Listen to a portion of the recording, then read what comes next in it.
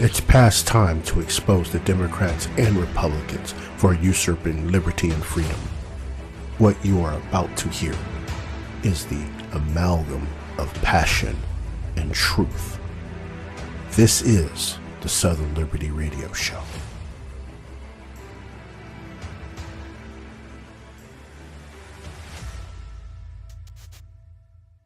Good evening and welcome everybody to this one lovely episode of the Fifth Estate. I know it says Southern Liberty, but we all those different things going on. My camera right now is deciding to not be what it's supposed to be. It's not acting all as it can be. So you're stuck with the picture of the Fifth Estate. I know y'all like it. It's kind of cute.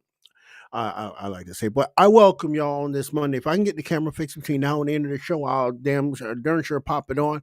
But right now, the camera's is giving me the hell no, I won't go on kind of deal. So you're stuck here with my voice, which I know y'all love so much, right? But remember, guys, we're only here for the information, not my ugly face to break your phone. So, again, as I like to say, go ahead and tap that like and subscribe and all that good stuff. Make sure you share this out with the peoples that you see fit, et cetera, et cetera. Again, my camera is deciding to pull out a hell no, we won't go. So we just gotta go what the camera says for right now. So, with that being said, welcome everybody. I hope everybody had a great weekend. Welcome to the federal government, from the legislative branch, executive branch, and the judicial branch of government. Those of you that don't know, those are the three branches of government. I suggest you pick up a civics book and do some reading, some quick reading, because you're not in the right place to understand anything that's going to happen on this show at any given point in time. Even if you have a basic understanding, you're going to get everything that's going on. Understanding the balance and separation of powers giving to these three co-equal branches of government through the United States Constitution is going to get you through this show. So, with that being said,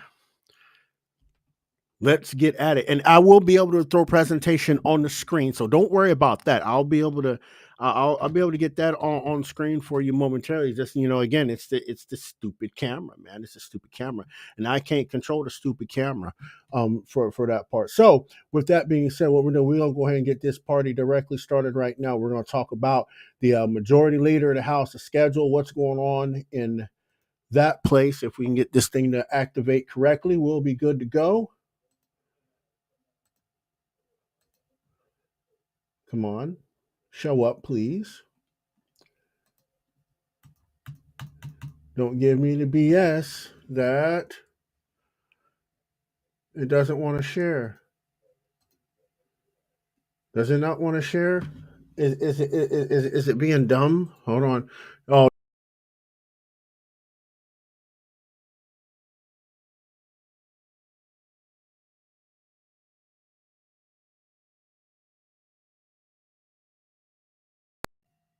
yep, it's being that dumb and that period in time again. Yes, it is. It made me actually log out the damn thing. Why does it make me log out in the middle of my show? I don't know, but we're not going to worry about that right now. We're going to go throw this presentation on real quick. We're going to get right to what the majority leader has scheduled for week. As we see on Monday today, they haven't updated this. See, I haven't looked at it yet either. They haven't updated this since the last time. Let's go look at the full-time schedule so y'all kind of know what the heck is going on. Yeah, is the majority leader not doing anything? They're not scheduling anything. This is insanity. But as you can see, they're not doing jack-ish on anything. So we'll go ahead and digress from that screen a hot minute. We'll go right back to our lovely background, because that is not what they're doing today. But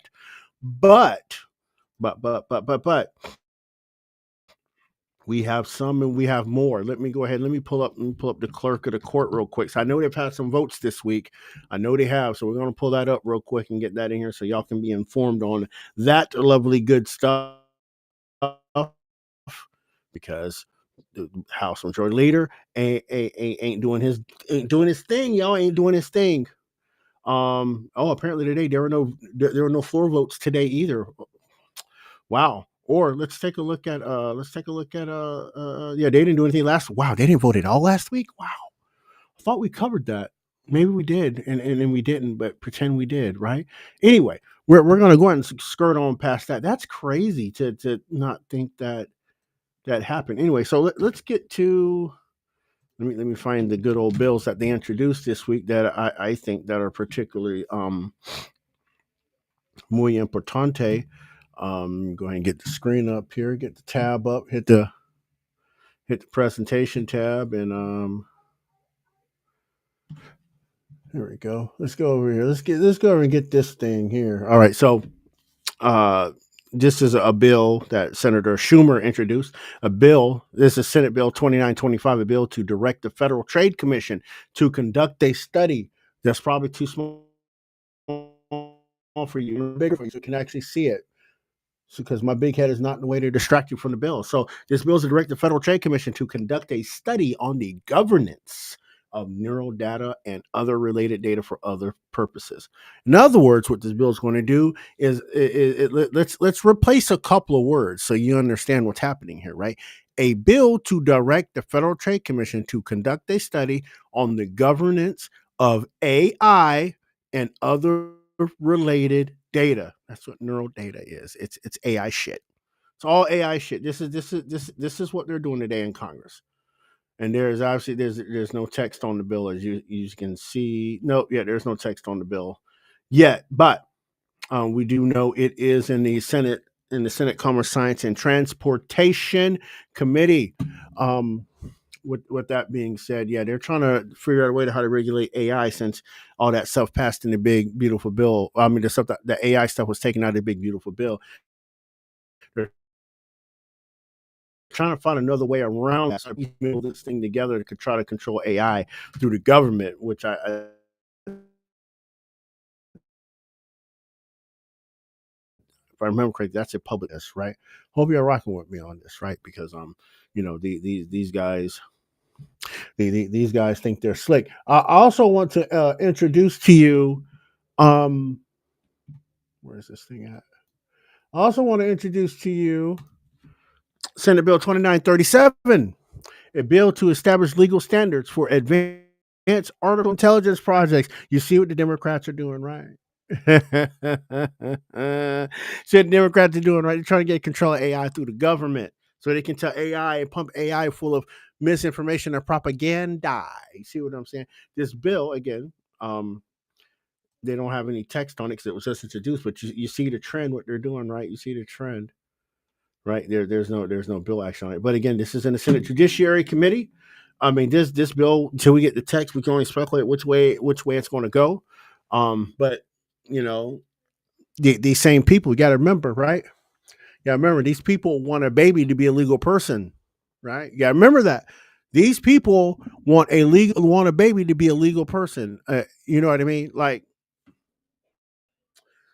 not even gonna get into that, but they want AI also to be this legal person, right? This is the trend. They can't tell me any different. Someone tell me any different and try to explain how they are thinking from your words. You're gonna fall flat on your face because we see what they're doing with the types of bills that they introduce in our lovely Congress. Now, y'all have heard me talk about the Administrative Procedures Act, right? Y'all have heard me talk about that before and what that actually does, right? How it gives those of you that don't remember, the Administrative Procedures Act gives the executive branch rulemaking power that holds the weight of law within the executive branch agencies. And at some given time, the Congress can disapprove of a rule that is being published, and it can't be vetoed. It can't be anything of that nature. You can't do any of those things with that. Um, Let me see where we go here. Here we go. All right. So with that being said, I'm going to bring to your attention SJ Res 85. And this is SJ Res for those of you that don't know these abbreviations are unfamiliar with some of you. This is Senate Joint Resolution instead of HJ Res. It's SJ Res, Senate Joint Resolution 85. And this resolution is providing for congressional disapproval under Chapter 8, Title 5 of the United States Code of the rules submitted by the Environmental Protection Agency relating to commercial and industrial solid waste incineration units, temporary use incinerators, and air curtain incinerators used in disaster recovery. Right? So, down in the resolution itself, resolved by the Senate and House of Representatives of the United States and Congress assembled, that Congress disapproves the rule submitted by the EPA relating to commercial, industrial solid incineration units, temporary use incinerators, and air curtain incinerators used in disaster recovery. And such rule shall not have no force or effect. So what they've generally done is basically shot down a law with a resolution. Let's just make it really, really common sense at this point, right? They didn't like the rule they were making, and this here, right? This would affect like states like Florida, right? States like South Carolina, North Carolina, right? Louisiana, Texas, during a hurricane relief effort, right? So this is one of the flexes of the executive branch. I mean, the legislative branch that happened. Yay! Everybody, clap your hands! Yay! That happened, right? At least they woke up and agreed on something. But still, this still has to pass. As you can see, this still has to come out of the Senate. This has to come through the House and then to the president to be signed to become law. It still has to go through the process. Still has to go through the process. But the process it shall be. Right. So the next bill we have is, let me get it up here.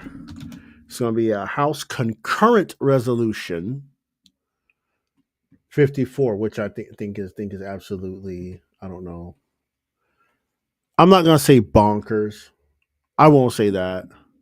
What I will say is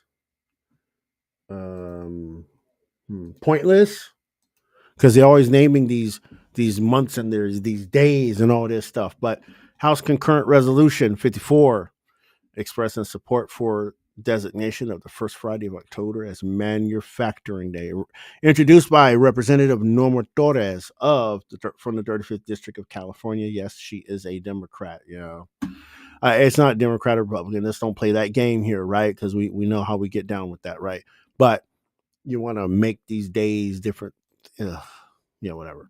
Now, here's what the last one I've been holding up on. We're gonna have a conversation about this one, right? Between me and the chat. I don't want to have a conversation with myself on this one, but I want to have a conversation with y'all on this beauty that Jamie Raskin introduced.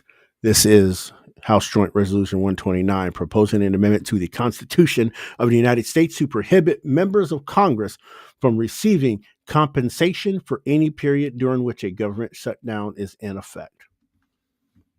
This is introduced by Representative Derek Van Orden out of the 3rd District of Wisconsin. There is a text to it. We're going to check that out right now. This constitutional amendment would say a representative or senator may not receive compensation with respect to any period during which a government shutdown is in effect. For purpose of this article, a government shutdown shall be considered to be in effect if there is a lapse in appropriations for any federal agency or department as a result of a failure to enact a regular appropriations bill or continuing resolution. Section 2, here's that pesky clause I told you about.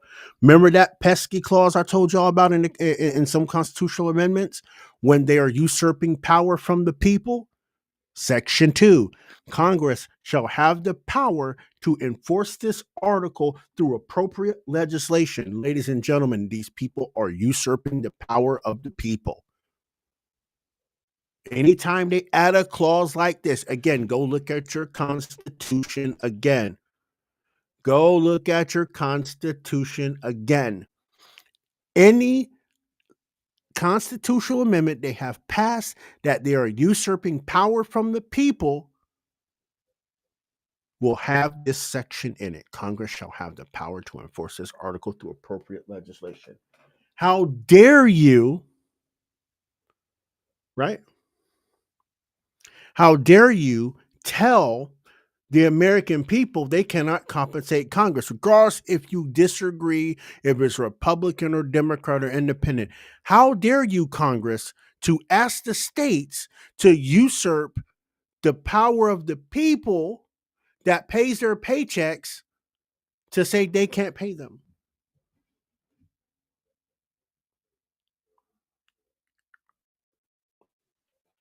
This is not necessarily a commerce issue.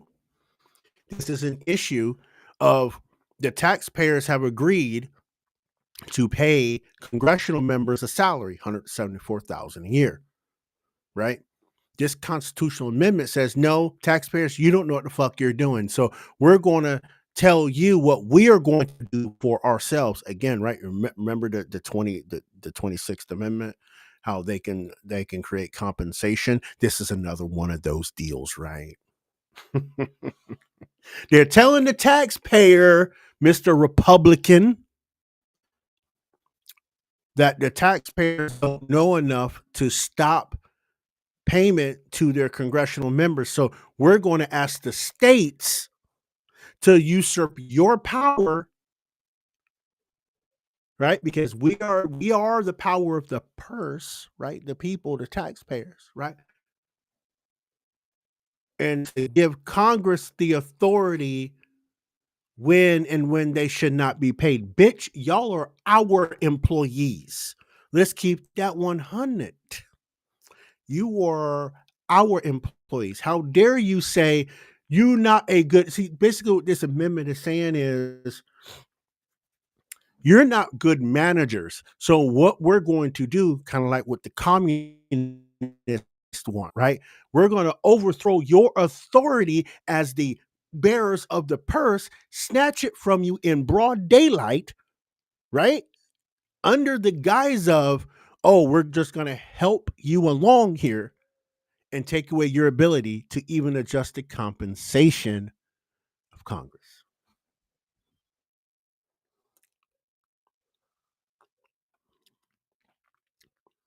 Tell me where I'm lying.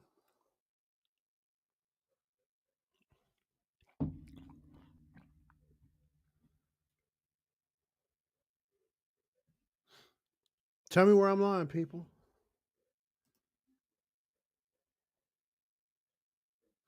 I think my camera's on. I think I did it. I think I did it, people. I did it. You shake and bake, y'all. I did it. Yeah. We got it working. We sure do. We got it working. Praise God. Praise God. We got it working.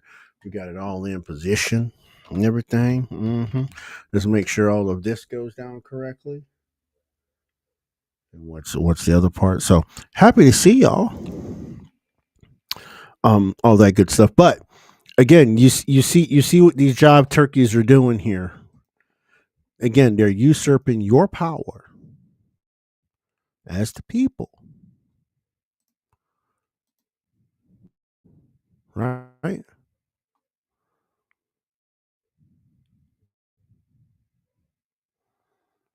Because you don't know how to manage the federal government's finances, even though you pay them. Way to go, Republicans.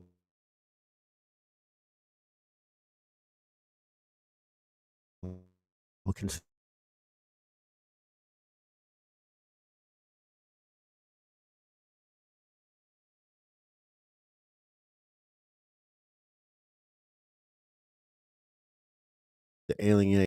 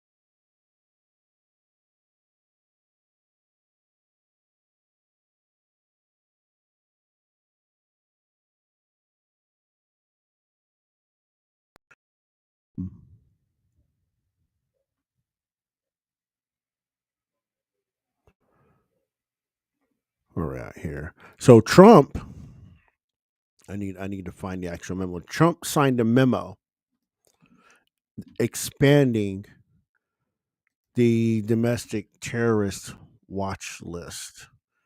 Um, Here, let me see if I can bring it up real quick. Um,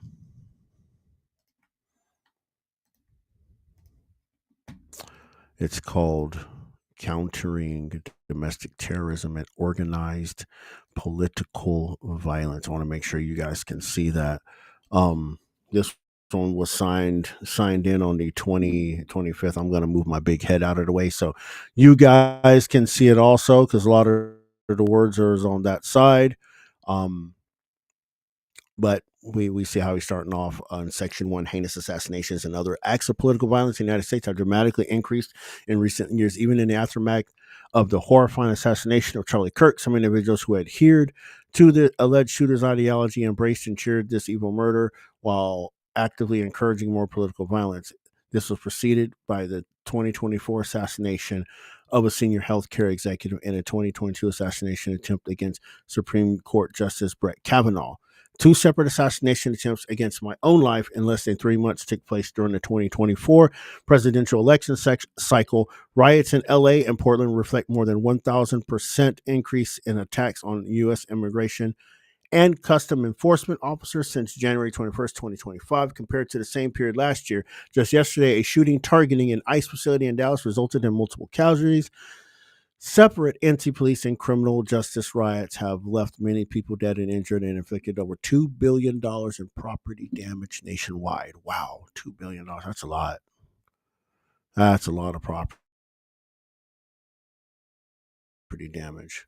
But we're not going to get into the rhetoric and all the BS. But what we are going to get to is Section 2, investigating domestic terrorist organizations. The National Joint Terrorism Task Force and its local offices, collectively known as JTTFs, shall coordinate, supervise comprehensive national strategy to investigate, prosecute, and disrupt entities and individuals engaged in acts of political violence and intimidation designed to suppress lawful political activity or obstruct the rule of law. The strategy should include investigatory and prosecutory measures set forth in this section. And we know what basically it's gonna go the whole thing. So here's the language that I'm trying to wrap my head around, and y'all can indulge here with me, right?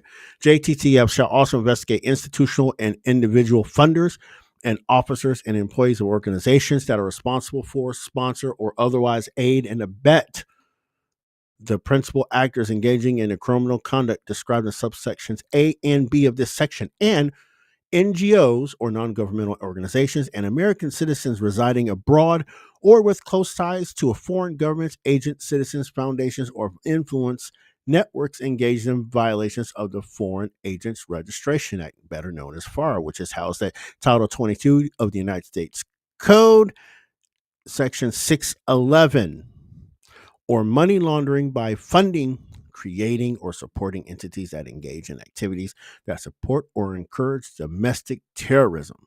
So, I'm trying to find. Let's see, here we go. Law enforcement agencies with investigative authority shall question and interrogate within all lawful authorities individuals engaged in political violence or lawlessness regarding the entity or individual organizing such actions and any related financial sponsorship of those actions prior to adjudication or initiation of a plea agreement. Right?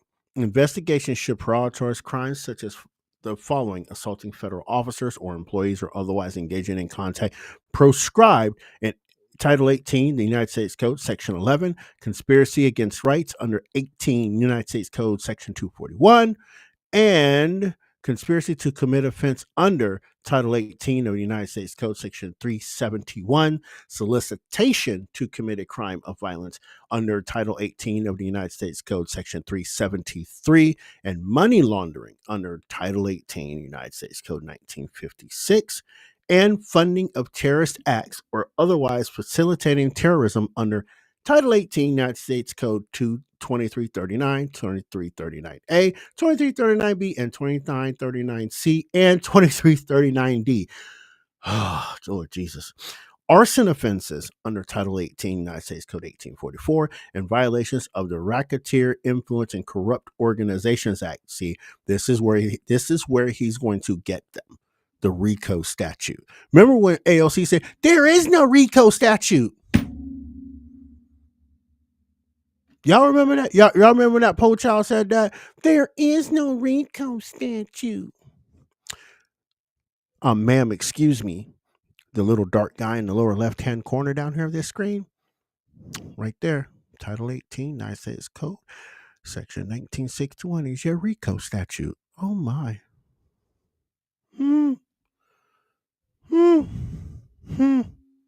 Find it to be quite interesting that RICO is suddenly a law, Miss AOC.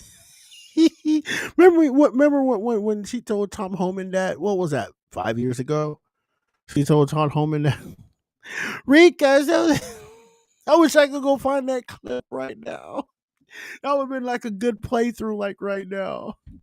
But anyway, continue on. A major fraud against the United States under Title 18, United States Code, Section 1031.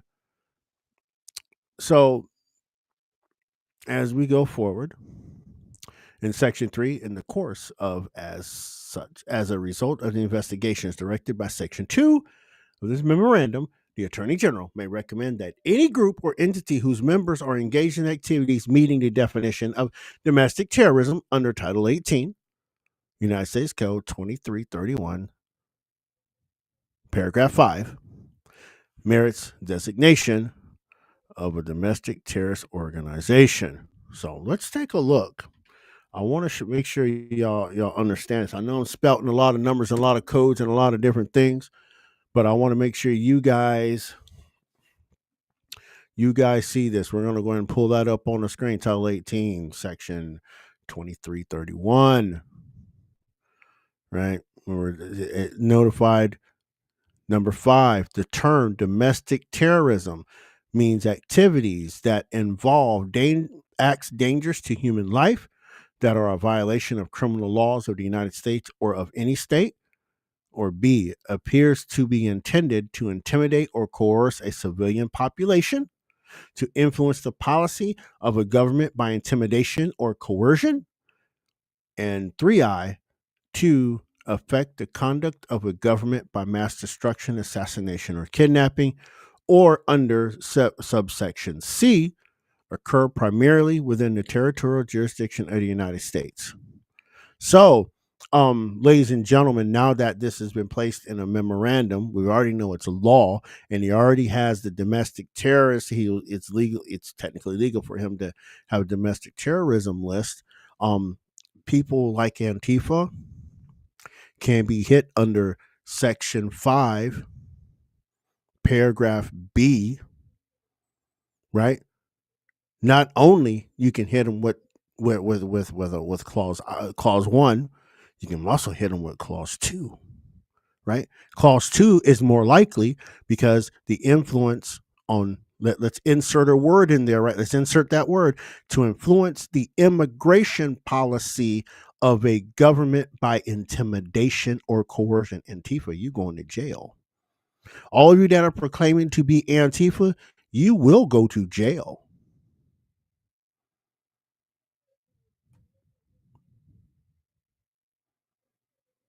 You will go to jail.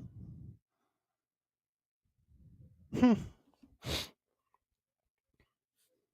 find it quite ironic that people really want to go to jail over something that does not concern them. So the other story I wanted to bring up really quickly here, before we roll out like Autobots, what do I have? That's I'm trying to find the right one. Okay, here we go. Let's use the city of Chicago.gov. Let's go over here. Let's share this tab instead. This is from the office of the mayor. Some of you are going to get kind of going to get fatigue from this, but I got to bring it up from the city of Chicago, from the government themselves. Brandon Johnson signs an executive order for ICE-free zones, prohibiting the use of city property for federal immigration operations. Now, I know the first reaction everybody's going to give is, he can't do that. Remember, right? Remember, we preach about the 10th Amendment, right? We preach about the 9th Amendment. We preach about home rule, right? Y'all know how this is going to go. I'm going to break this down for you for clarity. I'm going to break this down with you for clarity, but I need to make those words bigger so you guys can see those. Because he writes it right here in his executive order, right? He says, property that is owned or controlled by the city of Chicago may not be used for civil immigration enforcement, including as a staging area, processing location, or an operations base. Now, some of you are going to be like, well, that's not right because the feds have to do their job. They sure do, but they can't trample on local authority.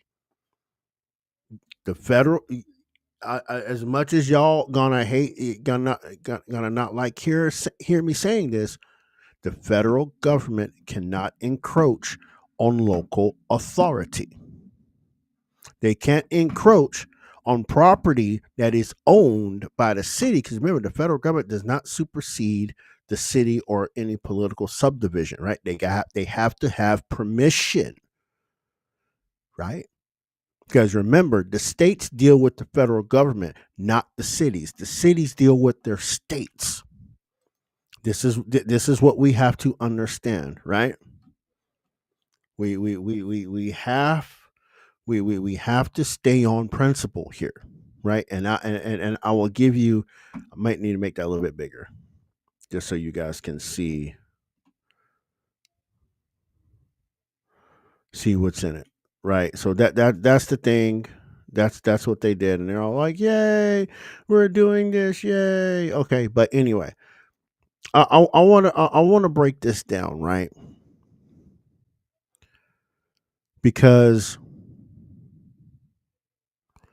this is less about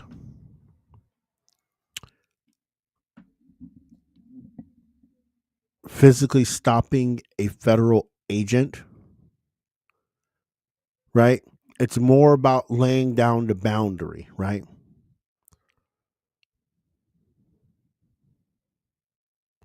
Now, keep in mind, the mayor is not going to put police officer on city-owned property to arrest an ICE agent, right? What he's trying to do, right? And this is what I'm thinking, right? What he's trying to do is put the city in a position to file a lawsuit, right? Because we have to remember, the federal government has ultimate authority over immigration, and that's, again, the supremacy clause in the Constitution, right? So Chicago can't pass a law saying that federal agents, okay, cannot operate within the city limits, right? But what he did, right, what he did with this executive order was that he made the stake in his claim on property rights and the anti-commandeering doctrine coming out of the 10th Amendment. Now, mind you, forget the D and the R a second, right? Isn't this what we preach about and talk about? Property rights and anti-commandeering, right? We don't want the federal government coming in, overreaching, and telling mayors what to do with their cities. That's not right. We got to keep it on principle, right? Because under the anti-commandeering doctrine of the 10th Amendment, he has a right to say no.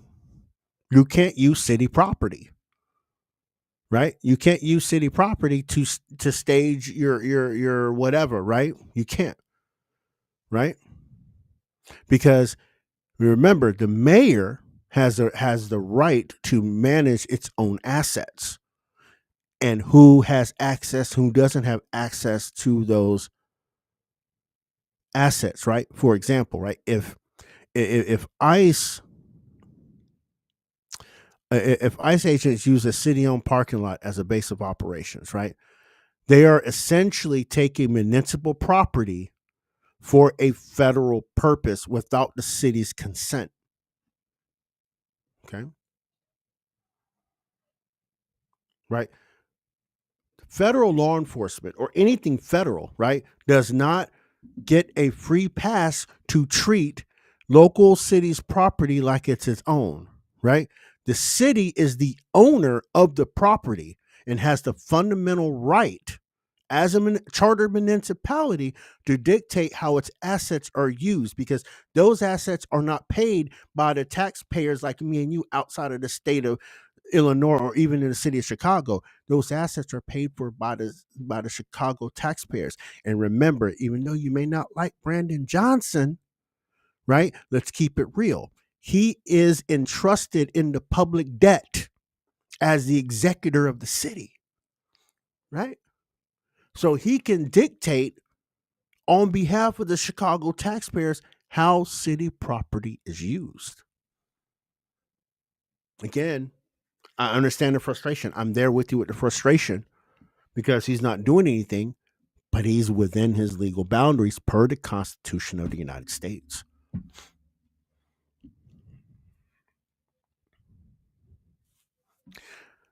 The other thing of this executive order, right, is again, right, the city's exercising its 10th Amendment right to step away from it, right?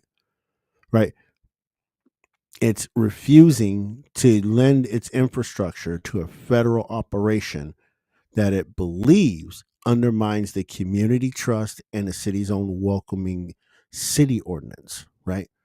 Now, let's keep in mind, right, when the federal government wants to work within the county, if they do not have an MOU with that county, MOU meaning a memorandum of understanding, they have to ask permission from the sheriff to operate in that county before they can enter, right? Because remember, 10th Amendment, right? Regardless how you feel, the 10th Amendment has to still reign supreme for municipalities, right? Same thing here, right?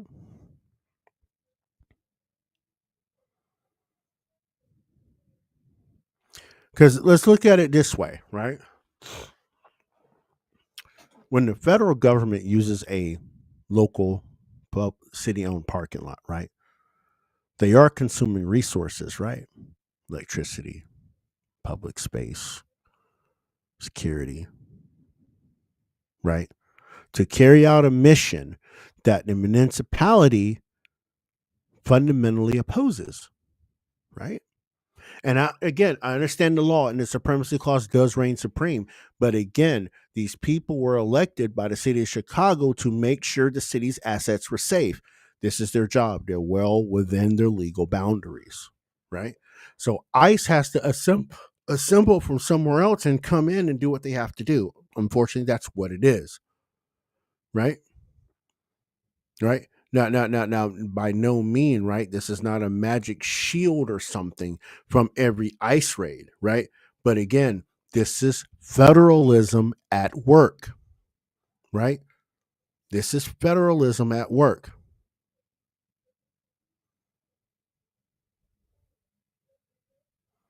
But the only question now is how is the city going to follow through, Mr. Brandon Johnson? Here's my question,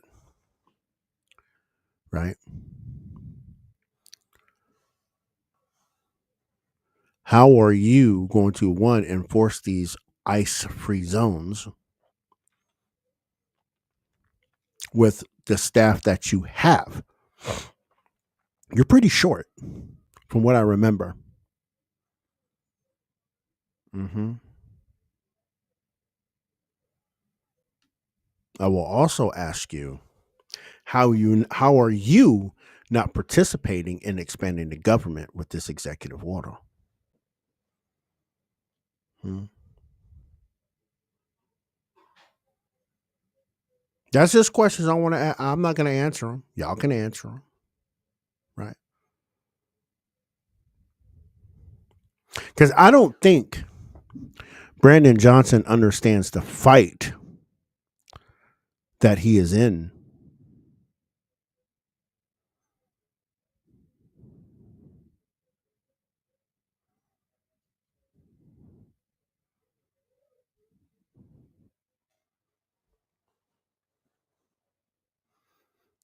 I'm just asking for a friend, y'all. I'm just asking for a friend. That's all. Because at the end of the day, right? And here's what's ironic. Here's what's really ironic about this whole situation surrounding ICE. And I want everybody to hear me loud and clear.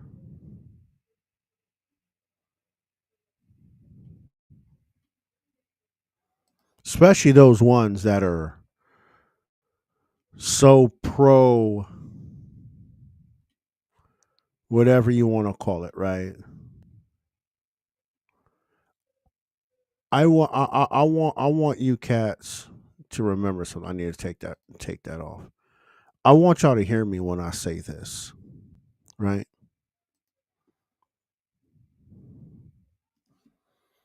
Y'all got all this energy in Los Angeles. Hmm? You got all that energy, Chicago, hmm? And all these places that wanted to riot for George Floyd. I got a question for all y'all, right? Where was this energy when where's this again? Where's all this energy for accosting law enforcement when George Floyd had a knee in his back? I don't. The silence is deafening because there's nobody here. They're all over there. But y'all hear what I'm saying? Where is this energy for accosting law enforcement when George Floyd had a knee on his back? Instead of y'all walking around with cell phone cameras like, oh, you doing him wrong. Why don't y'all accost that officer right then and throw him off of George? Huh? Why ain't y'all do that? Y'all scared of police and getting shot then, right? Y'all scared the police might shoot you. Hmm? What happened up there in Baltimore with what's that boy named Freddie Gray? Where were y'all when Freddie Gray was being dragged across the street by the Baltimore police? Where were you? What was y'all accosting law enforcement asses at then? But y'all wanna defend people that snuck into this country, came into this country illegally. You want to defend them by going after law enforcement, accosting law enforcement. Hmm?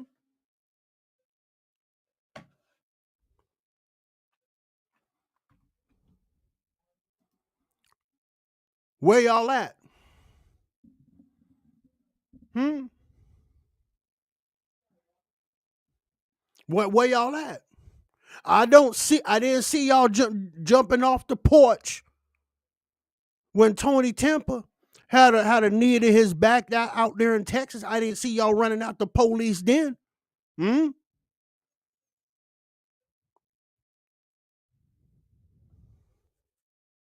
Y'all just sat there with your damn little phones and filmed it like it was a circus. Hmm? Again, I'm gonna say rest in peace, George Floyd.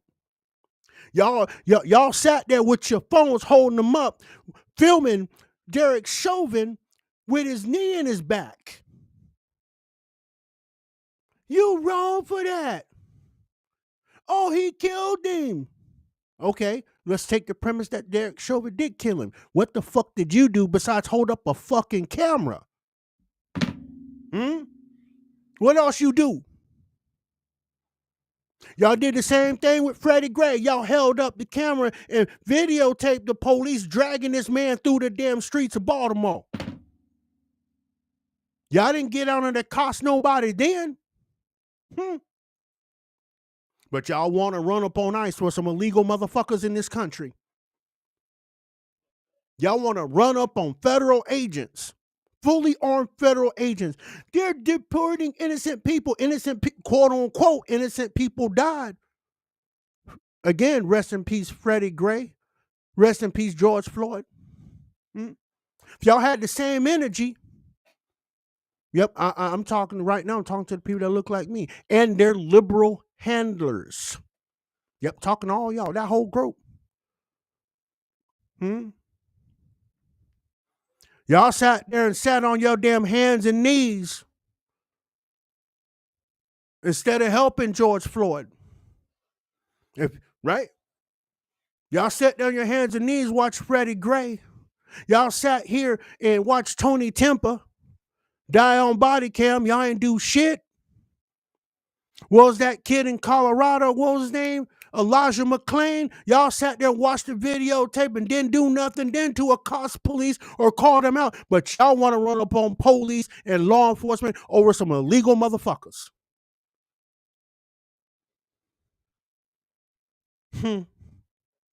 Tell me where I'm fucking lying. You hypocritical, useful idiot bitches. And you don't fucking realize it. You don't realize the government rhetoric has a hold on your brain like a mind virus. Have you fighting the wrong damn people in the wrong battle. I thought people that look like me was tired of the oppression of the government, but they're damn sure drink and eat the mind virus they feed them through the television set every day. You're damn sure feed on that. Like it's ramen.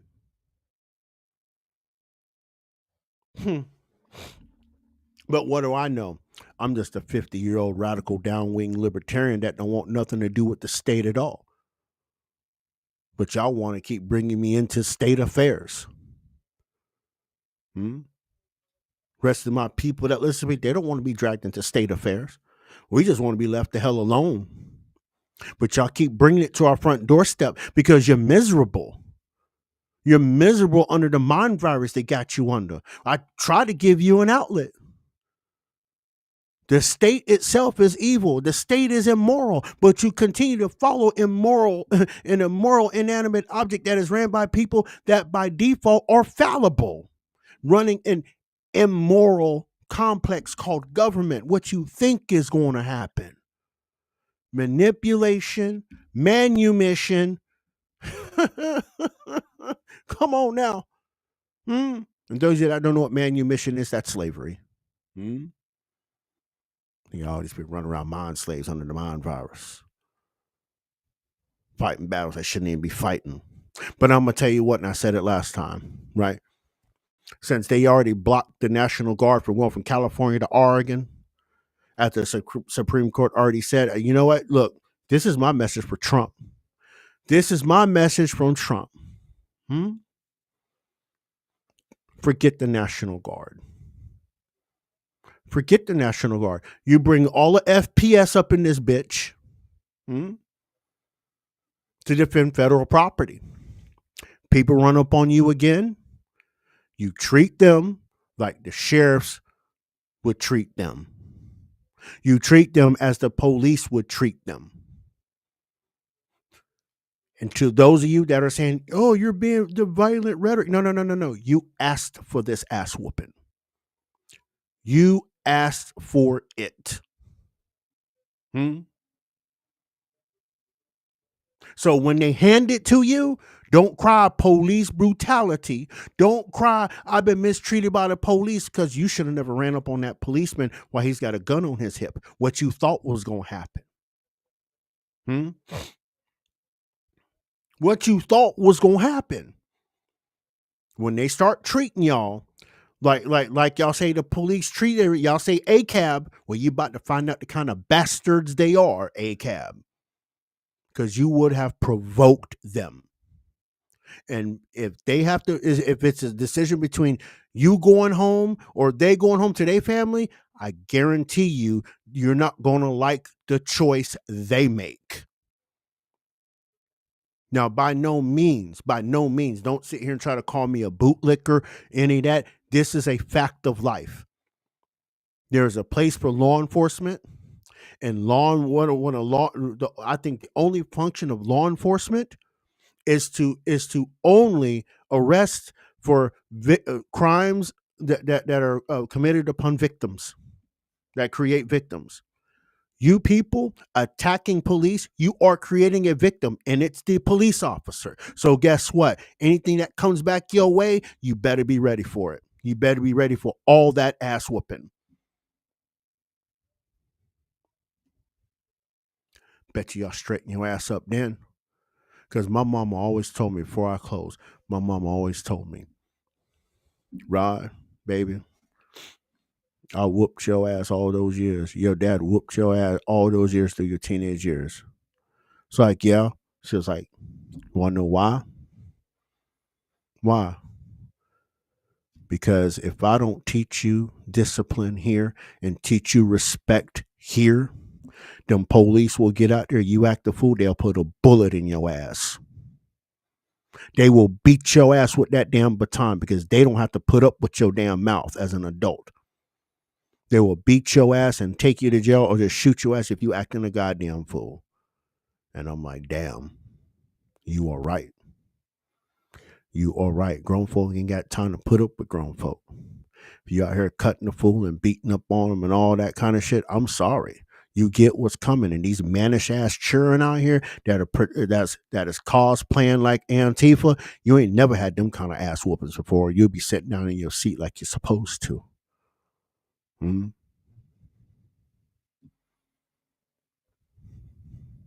But y'all go ahead. Y'all gonna find out that bastard, they're gonna turn into bastards on you. With that being said, I appreciate y'all tuning in this evening, doing all the things. I got the camera working. Yeah. But anyway, make sure y'all stop back by tomorrow for the experience today. We're going to do the things on there. We're going to make sure that we're going to get it right, get it tight. If Ms. Val's feeling a lot better, we will definitely do it. If not, we will still hold off another week. But we gotta make sure my wonderful friend, she doing the thing. So with that being said, look, I appreciate y'all. I love you, y'all. Love your neighbors, love your family, but ultimately, if you don't love yourself, you can't love anyone or anything else. Until next time, y'all. Peace and love.